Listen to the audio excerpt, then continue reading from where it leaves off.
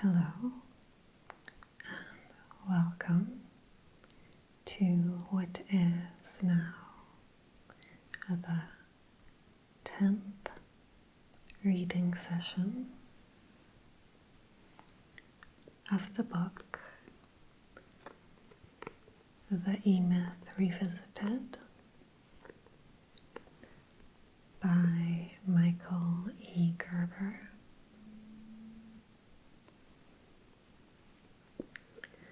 So it's our 10th session and we are a bit past halfway through the book right now. Not quite 2/3 of the way. So we still have some sessions to go. So get comfortable as we start chapter 13, your strategic objective.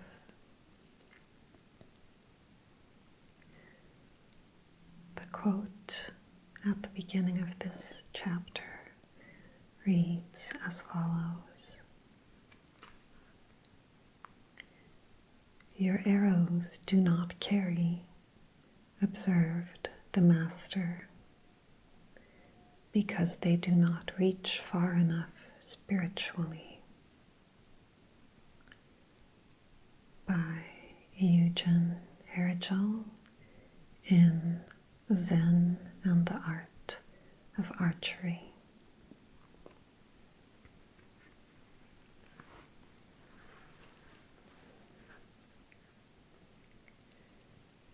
Once you have a picture of how you want your life to be, and you come to the realization that it's more than just things to have and things to do, once you realize that what you and I really want is to have the room, the openness to expand, to grow, to be more of ourselves, whatever that means. And to find out what that means is what's most important to us. Once you see that, you can then turn to the business that's going to help you get there. You can then turn to the development of your strategic objective. Your strategic objective is a very clear statement of what your business has to ultimately do for you to achieve your primary aim. It is the vision of the finished product that is and will be your business.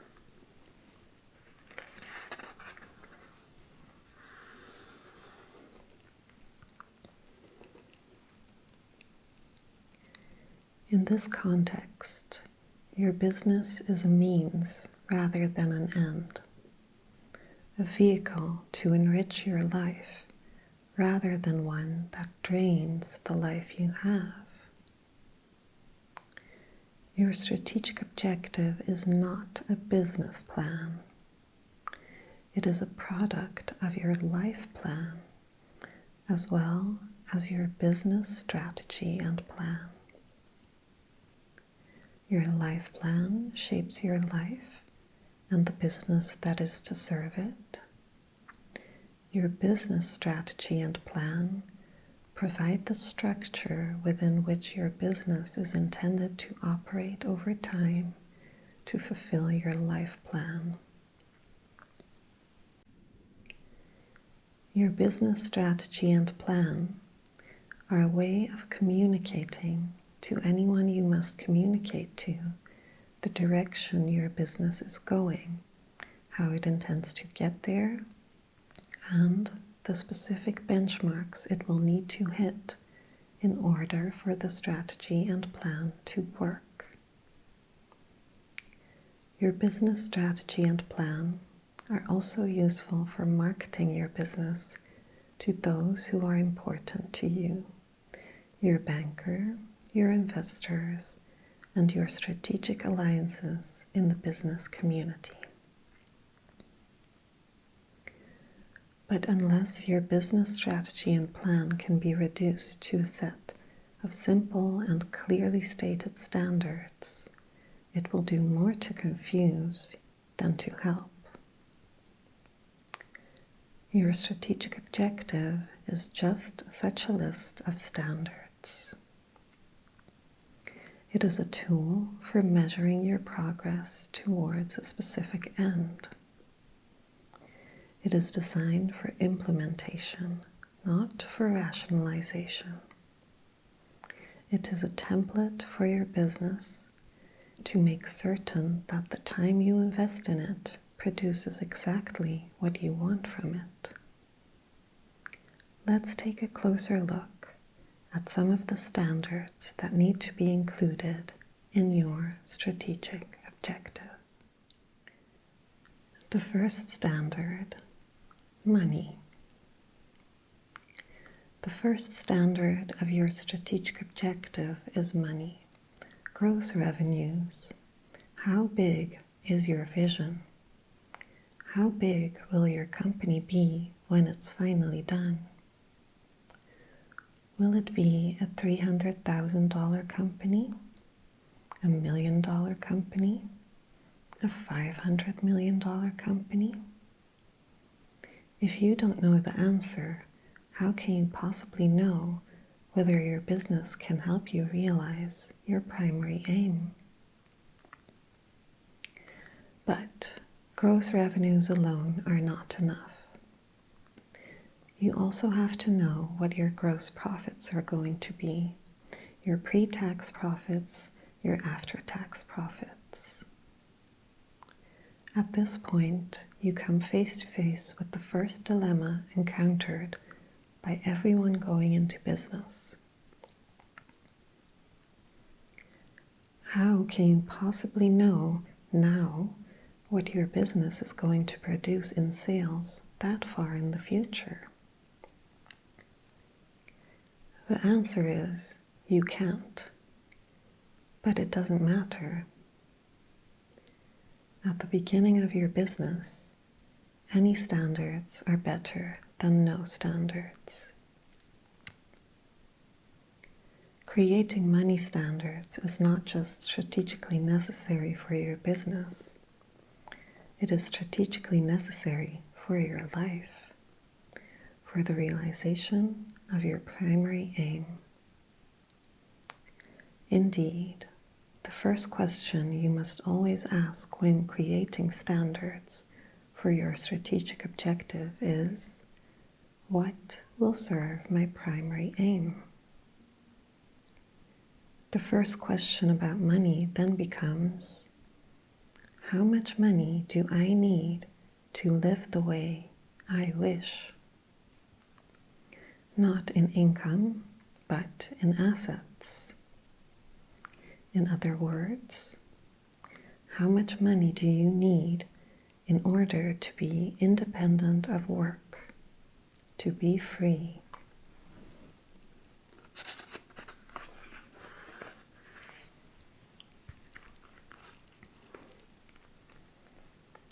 In fact, there is ultimately only one reason to create a business of your own, and that is to sell it, to do it, to finish it, and then to get paid for it.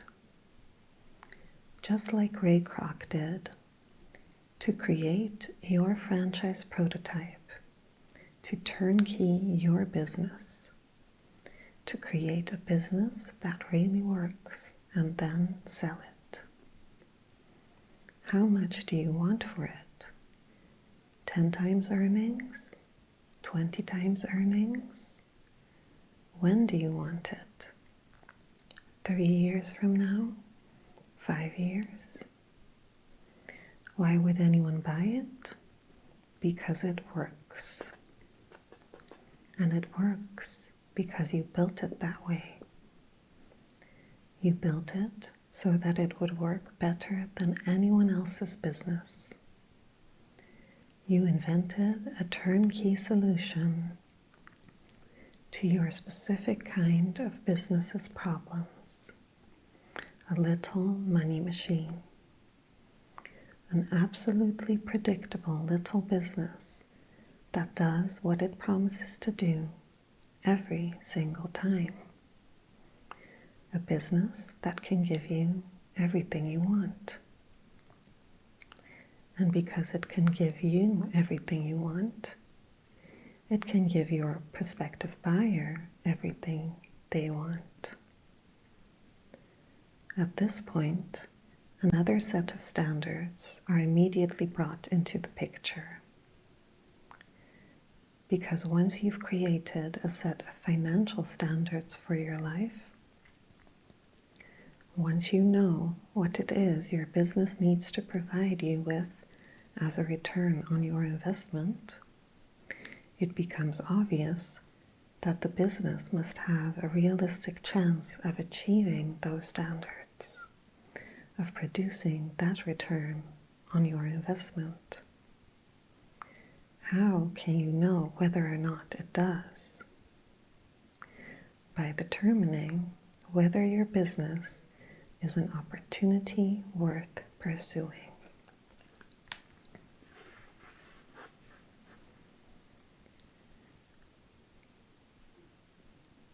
The second standard, an opportunity worth pursuing. An opportunity worth pursuing is a business that can fulfill the financial standards you've created for your primary aim and your strategic objective. If it is reasonable to assume that it can, the business is worth pursuing. If it is unreasonable to assume that it can, then no matter how exciting, interesting, or appealing the business is, forget it. Walk away from it. It will consume too much of your precious time and prevent you from finding a true opportunity worth pursuing. So, how do you know whether you have an opportunity worth pursuing? Look around. Ask yourself, does the business I have in mind alleviate a frustration experienced by a large enough group of consumers to make it worth my while? This standard fulfills two primary requirements of your strategic objective. It tells you what kind of business you're creating, while it defines who your customer will be. It tells you what you need to sell and to whom. What kind of business am I in? Ask anyone what kind of business they're in, and they'll instinctively respond with the name of the commodity they sell. We're in the computer business, or we're in the hot tub business. Always the commodity, never the product. What's the difference? The commodity is the thing your customer actually walks out with in his hand. The product is what your customer feels as he walks out of your business. What he feels about your business, not what he feels about the commodity. Understanding the difference between the two is what creating a great business is all about. Charles Revson, the founder of Revlon and an extraordinarily successful entrepreneur, once said about his company, "In the factory, Revlon manufactures cosmetics, but in the store, Revlon sells hope. The commodity is cosmetics. The product is hope. In a Chanel television commercial in the 1980s, an incredibly handsome man and a strikingly beautiful woman are alone while music plays hypnotically in the background. The scene shifts quickly and frequently to other shots, such as a tall, erect building. So far, there hasn't been a sound except for the music that supports this suggestive visual ballet. The black shadow of an airplane moves vertically up the building. She approaches him. The music continues. He says, "Can I ask you a question?" in a voice filled with intimacy and invitation. We don't hear her answer. We just see her tilt her head back, close her eyes, and open her mouth slightly. Suddenly, the message, share the fantasy, Chanel. Not a word about perfume. That's the commodity.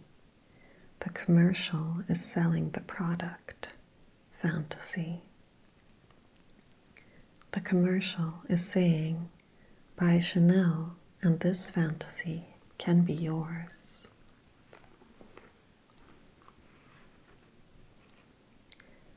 What's your product? What feeling will your customer walk away with? Peace of mind, order, power, love. What is he really buying when he buys from you? The truth is, nobody's interested in the commodity. People buy feelings. And as the world becomes more and more complex and the commodities more varied, the feelings we want become more urgent, less rational, more unconscious. How your business anticipates those feelings and satisfies them is your product. And the demographics and psychographics associated with your customer will predetermine how you do that. Who is my customer? Every business has a central demographic model. That is, a most probable customer. And that customer has a whole set of characteristics through which you can define them. Age, sex, income, family status, education, profession, and so forth. Demographics is the science of marketplace reality. It tells you who your customer is. Your central demographic model customer buys for very particular reasons, none of which are rational or even explicable, yet he buys or doesn't. The motivations that propel him in either direction constitute your central psychographic model. Psychographics is the science of perceived marketplace reality. It tells you why your customer buys.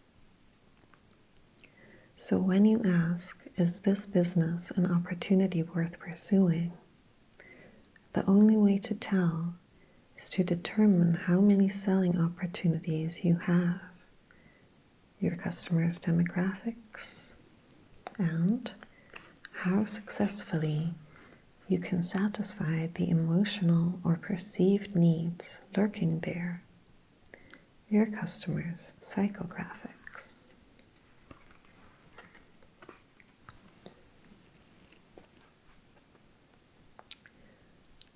standards 3 through. There is no specific number of standards in your strategic objective. There are only specific questions that need to be answered. When is your prototype going to be completed? In 2 years? 3? 10? Where are you going to be in business? Locally, regionally, nationally, internationally? How are you going to be in business? Retail, wholesale, a combination of the two? What standards are you going to insist upon regarding reporting, cleanliness, clothing, management, hiring, firing, training, and so forth?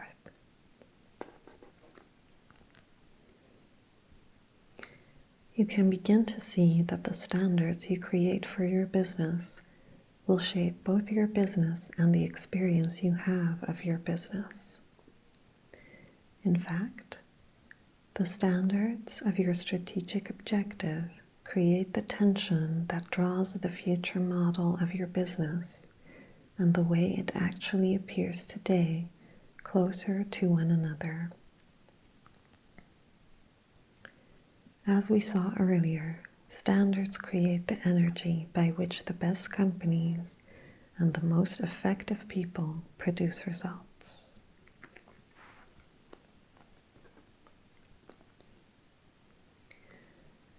It was 11 o'clock Monday morning, 1 week following my last meeting with Sarah. It was the one day of the week All About Pies was closed.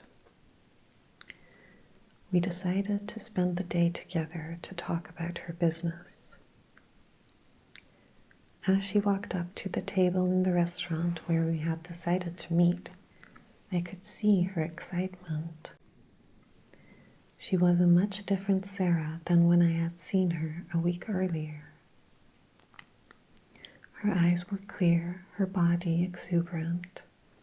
She looked much younger. She also looked like she had a lot to talk about.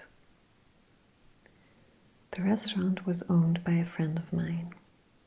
We had done a lot of work together in his startup years, and so it was a place where I could take a table and spend as much time as I needed without being rushed out the door. In fact, it was a wonderful place to provide a new client with some clarity about what a business could do when done well. Sarah sat down and immediately began to talk. I poured her some coffee. It seems for the first time in my life, I truly have come to some understanding about what I want. It is important for me to tell you how much I appreciate what you've given to me. But having said that, I realized from almost the moment you left last week that I would never allow myself again to be consumed by the work of my business. It became obvious to me with a clarity that's almost impossible to describe how big a price I have been paying for being so obsessed with my work. And once I realized it, I swear, it was like I was suddenly and forever free of it. Something truly freeing happened to me that night. And it's not as though I haven't been working for the past 6 days. I have. Business has to go on after all. But this past week was not the way it was before. While one part of me was doing the work, I guess that's the part you would call the technician, part of me stayed removed from it. Part of me wasn't taken at all by all the work I was doing. And remember how I told you that I didn't think I was entrepreneurial? Well, I suddenly realized that I am. that I've always had an entrepreneurial part in me, that what you call the entrepreneur, I've always thought of as my spirit. My spirit is what my aunt called it. She used to say to me, "Sarah, feed your spirit. It is your spirit which gives you life." I remember as a little girl, it was my spirit that always got me into trouble. It was my spirit that my teachers complained about so much. They used to say to my parents, if it weren't for Sarah's spirit, she would be doing much better in school than she does. It was my spirit that would dream when I was in the classroom, rather than pay attention to what was going on around me. I used to fantasize about things all the time. My head went to the strangest places. Anything could set me off. And while that part of me would really seem to tick my teachers and my parents off, my aunt always seemed to nurture it. "You need to be very gentle with your spirit, Sarah," she used to say to me. "It needs to be free, but it also needs you to direct its attention. Too much of one and not enough of the other, and your spirit will take off like a wild horse.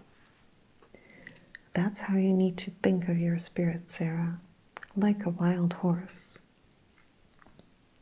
Part of it is there to serve you, and another part to serve itself. The thing you need to learn is which part is which. If you put it behind a fence, you will kill it. But if you leave it to come and go as it pleases, you will never understand it." "And I see that's what I've been doing these past 3 years," Sarah said to me. "I've put a fence around my spirit, around my entrepreneurial nature, without even realizing it. But what I really came to understand this past week is that I've been doing that, putting a fence around my spirit, for a long, long time. My parents taught me how to do it. My teachers taught me how to do it. And, like a good little girl, I learned the lesson well. But now the wild horse is free. Now I'm back in the kitchen with my aunt again. Now I really understand what my aunt was doing with me in the kitchen all those years ago. She wasn't teaching me how to bake pies. She was baking me. She was teaching me about the wild horse, about my spirit, about creativity. And when you talked about the entrepreneur, it all came back to me with a rush. My aunt, the kitchen, the pies, the dreaming in the classroom, the secret places I used to go hide when I was a little girl, and how I stopped hiding in those places a long time ago, and how much I miss it. What I've come to realize is that I've confused baking good pies with what my aunt was really talking to me about. I thought that baking good pies was it, when it wasn't. It never has been, and it never will be again. So, back to my business, she continued. It's clear to me now that what I wish to do is to develop it, grow it, and be free of it to do whatever else it is I wish to do. Even though, right now, at this very moment, I couldn't for the life of me tell you what that is. Try, I said. Try to tell me as best as you can. She smiled. You're just like my aunt. She never let me off the hook either. Okay, I'll try. Why not? What else do we have to do? She closed her eyes for a moment and seemed to gather herself. And then she began to speak softly, as though to herself. I'm a little girl again, when I still had my hiding places, before I lost my spirit. It's summer, and I'm lying in bed, looking up at the ceiling in my room, feeling the cool summer breeze floating through the open window. There's nothing I have to do. There's no place I have to be.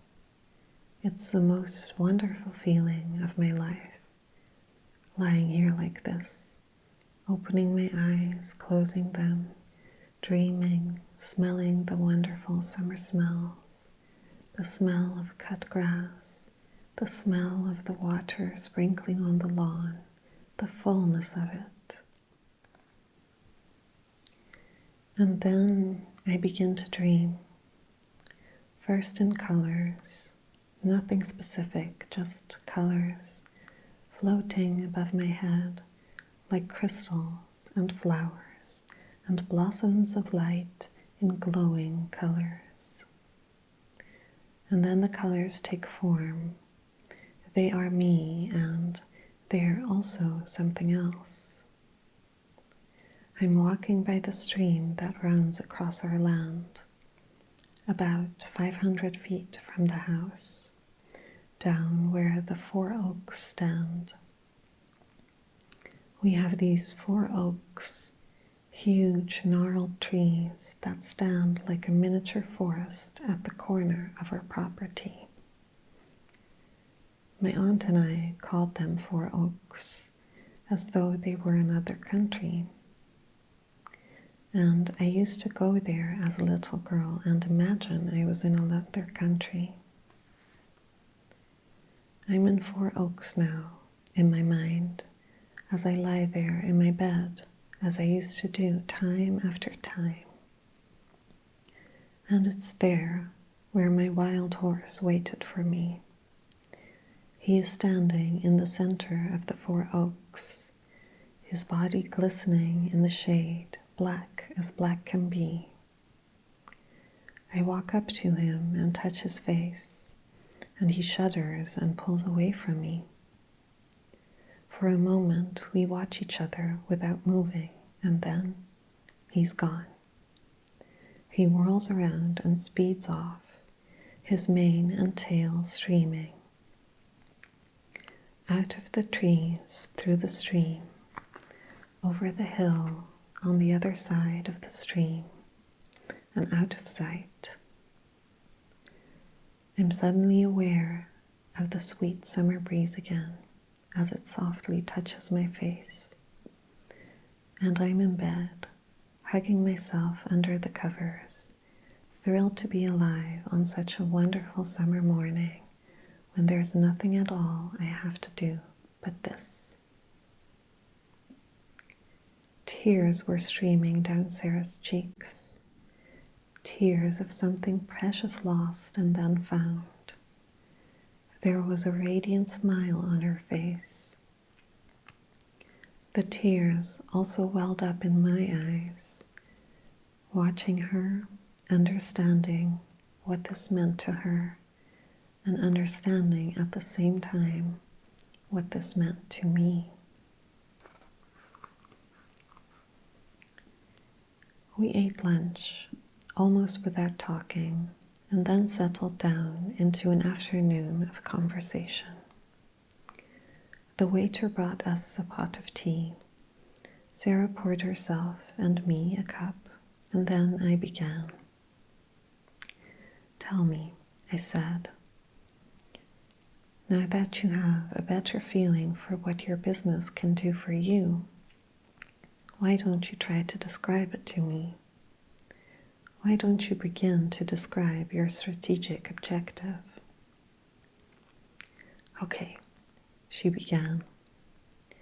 "I've given some thought to this," she smiled. almost bashfully.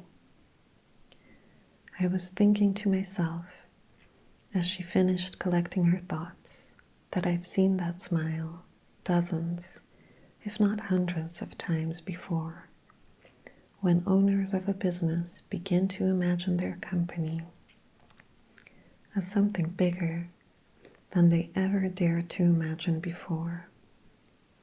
And as they tell it to me or to someone else, it's as though they are embarrassed to be seen imagining something bigger than they are, as though they are overreaching, being presumptuous. I suspect they must have experienced something similar when they were children, telling their parents or their teachers about a fanciful idea they had, and feeling the disappointment and shame that comes from being told that you're being unrealistic, that you're dreaming, hearing them say, "You can't do that," and finding themselves alone as children with their dreams that they had not dared to share again.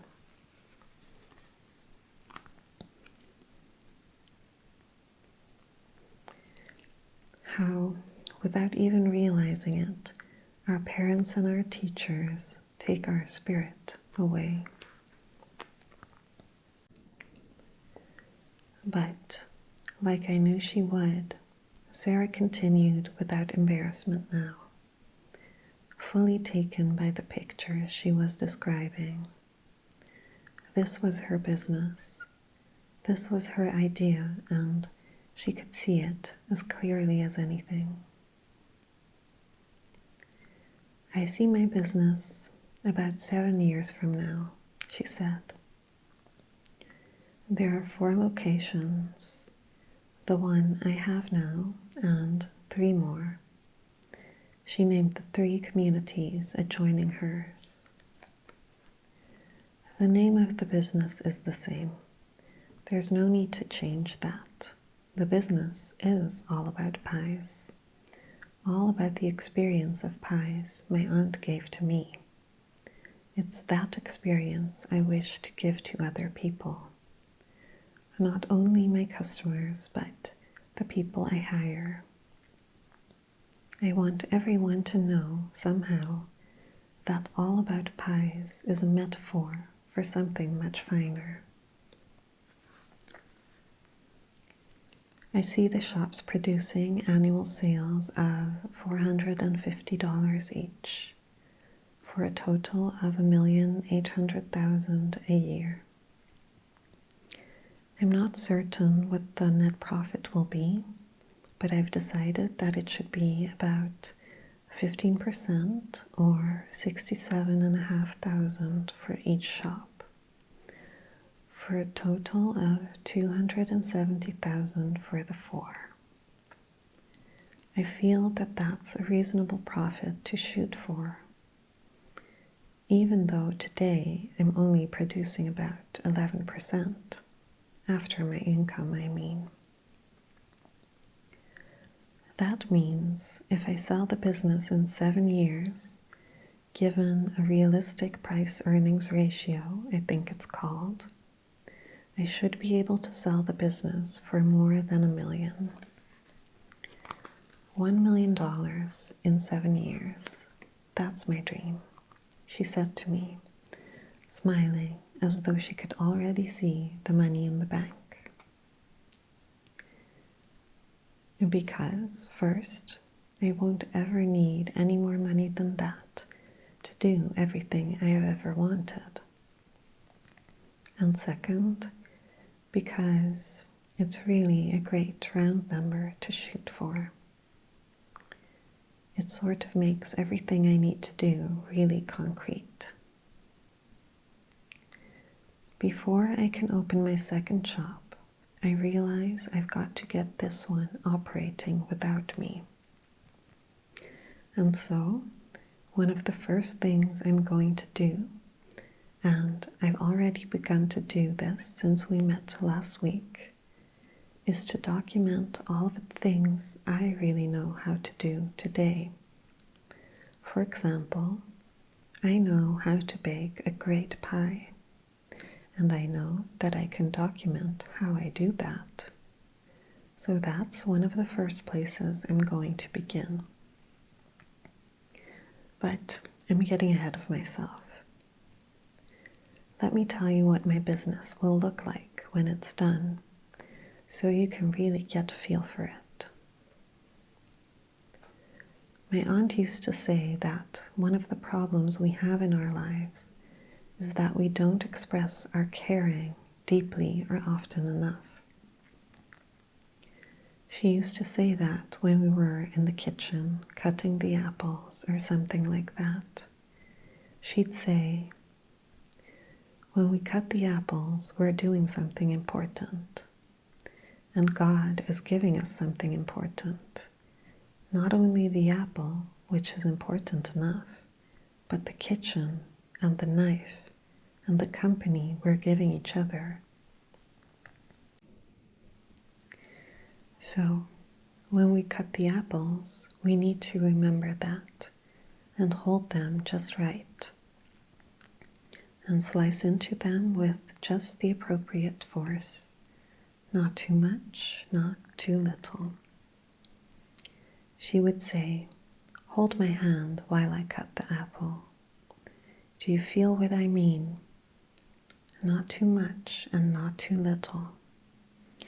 Too much, and you are taken away by the task.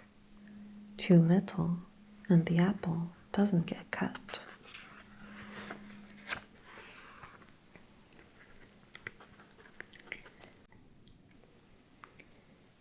Anyway, in my business, I want to express not too much and not too little.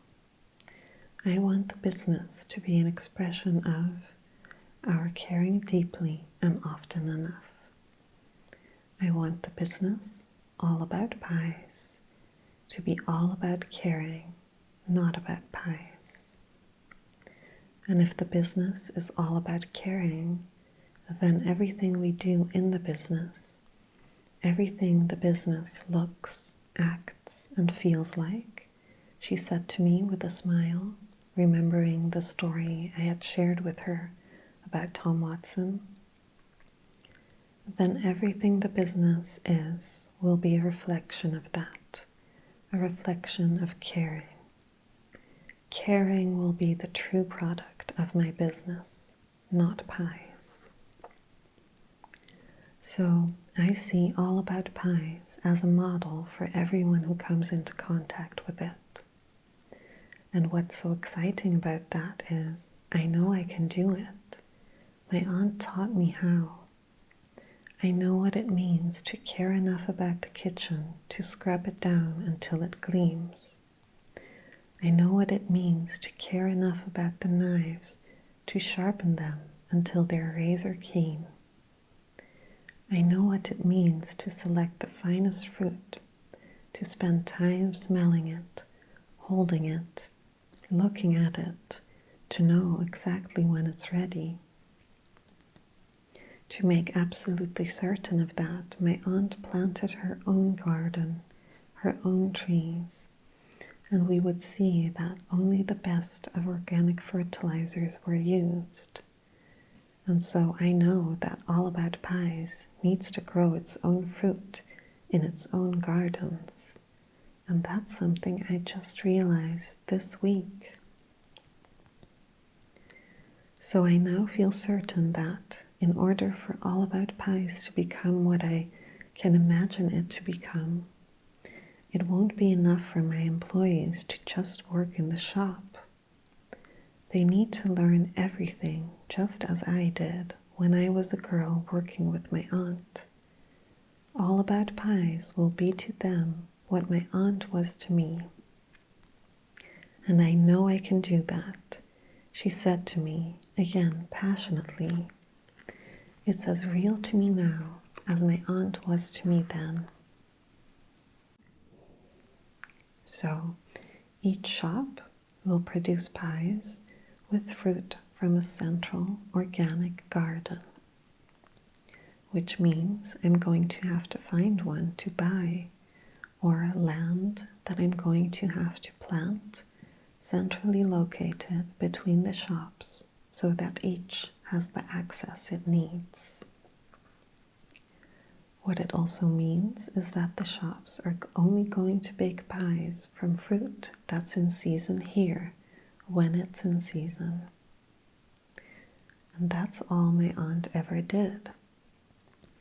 I'm not going to use fruit from any place other than my own gardens, and that is going to be something unique about All About Pies that differentiates it from every other bakery or small pie shop.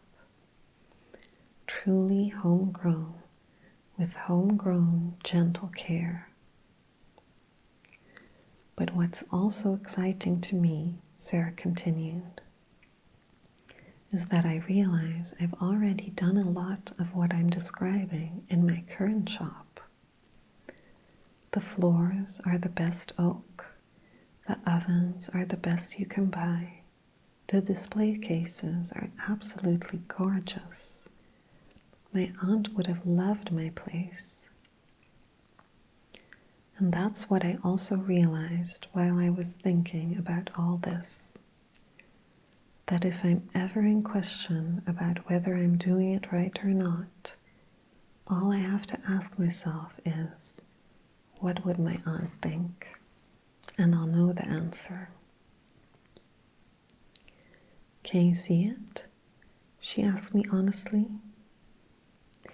Am I giving you a taste of what my strategic objective is? Am I being clear enough? Sarah, I smiled. You leave me speechless. Then, what's next? She asked as she poured us a fresh cup of tea.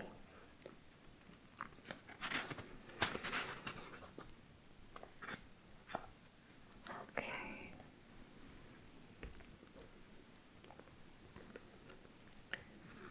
What a beautiful chapter that was. Educational, but so motivational, so personal, so inspirational. I hope you enjoyed it as much as I did, and I will see you in the next reading.